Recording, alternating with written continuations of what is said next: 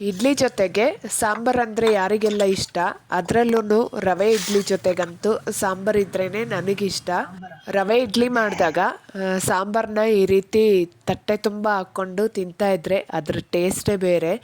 ಈ ಥರ ಒಂದು ಒಳ್ಳೆ ಟೇಸ್ಟಿಯಾಗಿರೋಂಥ ಸಾಂಬಾರು ಮಾಡಿಕೊಟ್ರೆ 2 ಇಡ್ಲಿ ತಿನ್ನೋರು 4 ಇಡ್ಲಿ ತಿನ್ನೋದಂತೂ ಗ್ಯಾರಂಟಿ. ಅಷ್ಟು ಟೇಸ್ಟಿಯಾಗಿರೋಂತಹ ಈ ಹೋಟೆಲ್ ಸ್ಟೈಲ್ ಇಡ್ಲಿ ಸಾಂಬಾರನ್ನ ಮಾಡೋದಕ್ಕಿಂತ ಮುಂಚೆ ಯಾರೆಲ್ಲ ಇನ್ನೂ ನನ್ನ ಚಾನಲ್ನ ಸಬ್ಸ್ಕ್ರೈಬ್ ಮಾಡಿಲ್ವೋ ಸಬ್ಸ್ಕ್ರೈಬ್ ಮಾಡ್ಕೊಳ್ಳೋದನ್ನು ಮರಿಬೇಡಿ.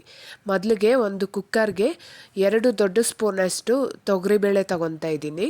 ಹಾಗೆಯೇ ಅದೇ ಸ್ಪೂನಲ್ಲಿ 2 ಸ್ಪೂನಷ್ಟು ಮಸೂರ್ ದಾಲ್ ತೊಗೊತಾ ಇದ್ದೀನಿ. ಇಲ್ಲಿ ನಿಮ್ಮ ಇಷ್ಟ.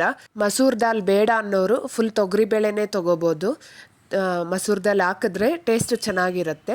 ಹಾಗೆಯೇ ಇಲ್ಲಿ ನಾನು 2 ಚಿಕ್ಕ ಟೊಮೆಟೊನ ಹಾಕ್ಕೊಂಡು ಹಾಗೆಯೇ ಒಂದು 1/4 ಸ್ಪೂನಷ್ಟು ಅರಿಶಿನ ಹಾಕಿ ಬೇಳೆ ಬೇಯೋದಕ್ಕೆ ಬೇಕಾಗಿರೋಷ್ಟು ನೀರು ಹಾಕ್ಕೊಂಡು ಇದನ್ನು ಒಂದು 2ರಿಂದ 3 ವಿಷಲ್ ಹಾಕ್ಸಿ ನುಣ್ಣಗೆ ಬೇಯಿಸ್ಕೋಬೇಕು. ಅಷ್ಟರಲ್ಲಿ ಒಂದು ಮಸಾಲೆ ರೆಡಿ ಮಾಡೋಣ. ಇಲ್ಲಿ ಒಂದು 2 ಸ್ಪೂನಷ್ಟು ಧನಿಯಾ ಹಾಕ್ಕೊತಾ ಇದ್ದೀನಿ. ಹಾಗೆಯೇ 1 ಸ್ಪೂನಷ್ಟು ಕಡಲೆಬೇಳೆ, 1 ಸ್ಪೂನಷ್ಟು ಉದ್ದಿನಕಾಳು ಹಾಕ್ಕೊತಾ ಇದ್ದೀನಿ. ಇದಕ್ಕೇನೆ ಒಂದು ಅರ್ಧ ಸ್ಪೂನಷ್ಟು ಜೀರಿಗೆ, ಹಾಗೆ ಒಂದು 10 ಕಾಳಷ್ಟು ಮೆಣಸಿನಕಾಳು ಹಾಕ್ಕೊತಾ ಇದ್ದೀನಿ. ಹಾಗೆ ಒಂದು ಸ್ವಲ್ಪನೇ ಸ್ವಲ್ಪ ಒಂದು 10 ಕಾಳಷ್ಟು ಮೆಂತ್ಯ ಸಹ ಹಾಕ್ಕೊಂಡು ಇದಕ್ಕೆ ಒಂದು 5-6 ಬ್ಯಾಡಗೆ ಮೆಣಸಿನ್ಕಾಯಿ ಹಾಕ್ಕೊತಾ ಇದ್ದೀನಿ. ಖಾರ ಇನ್ನೂ ಜಾಸ್ತಿ ಬೇಕನ್ನೋರು ಖಾರದ ಮೆಣಸಿನ್ಕಾಯಿ ಸಹ ಒಂದು 2-3 ಹಾಕ್ಕೋಬೋದು.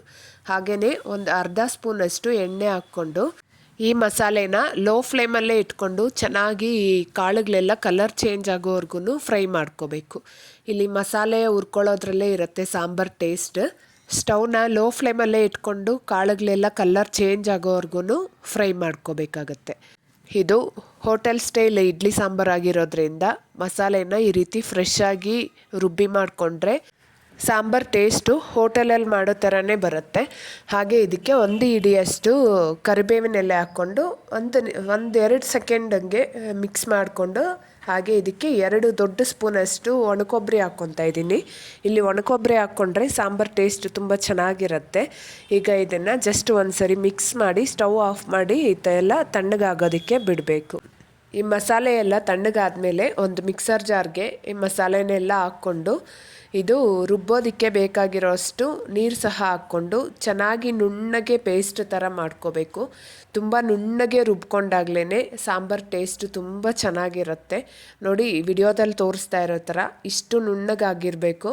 ಬ್ಯಾಡಗೆ ಮೆಣಸಿನ್ಕಾಯಿ ಹಾಕಿರೋದ್ರಿಂದ ಕಲರ್ ಸಹ ತುಂಬ ಚೆನ್ನಾಗಿ ಬಂದಿದೆ.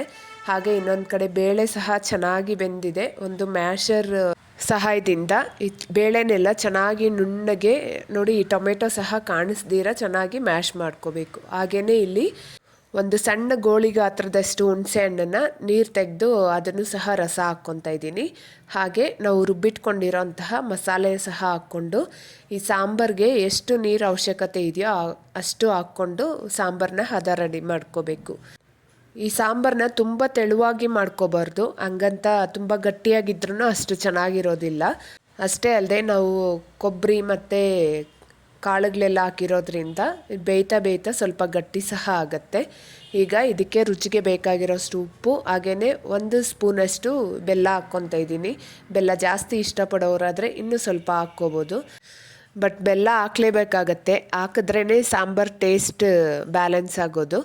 ಈಗ ಸಾಂಬಾರನ್ನ ಬಿಸಿಯಾಗೋಕ್ಕೆ ಬಿಟ್ಟಿದ್ದೆ. ಒಂದು 10 ನಿಮಿಷ ಬೆಂದಮೇಲೆ ಈ ನೊರೆ ಎಲ್ಲ ಕಡಿಮೆ ಆಗಿ ಚೆನ್ನಾಗಿ ಕುದೀತಾ ಇದೆ. ಈಗ ಕೊನೆಯಲ್ಲಿ ಸ್ವಲ್ಪ ಕೊತ್ತಂಬರಿ ಸೊಪ್ಪನ್ನ ಹಾಕ್ಕೊಂಡು ಇದನ್ನು ಒಂದು ಸರಿ ಮಿಕ್ಸ್ ಮಾಡಿಕೊಂಡ್ರೆ ಸಾಂಬಾರು ರೆಡಿ ಆಗುತ್ತೆ. ಇದಕ್ಕೊಂದು ಒಳ್ಳೆ ಒಗ್ಗರಣೆ ಕೊಡಬೇಕು.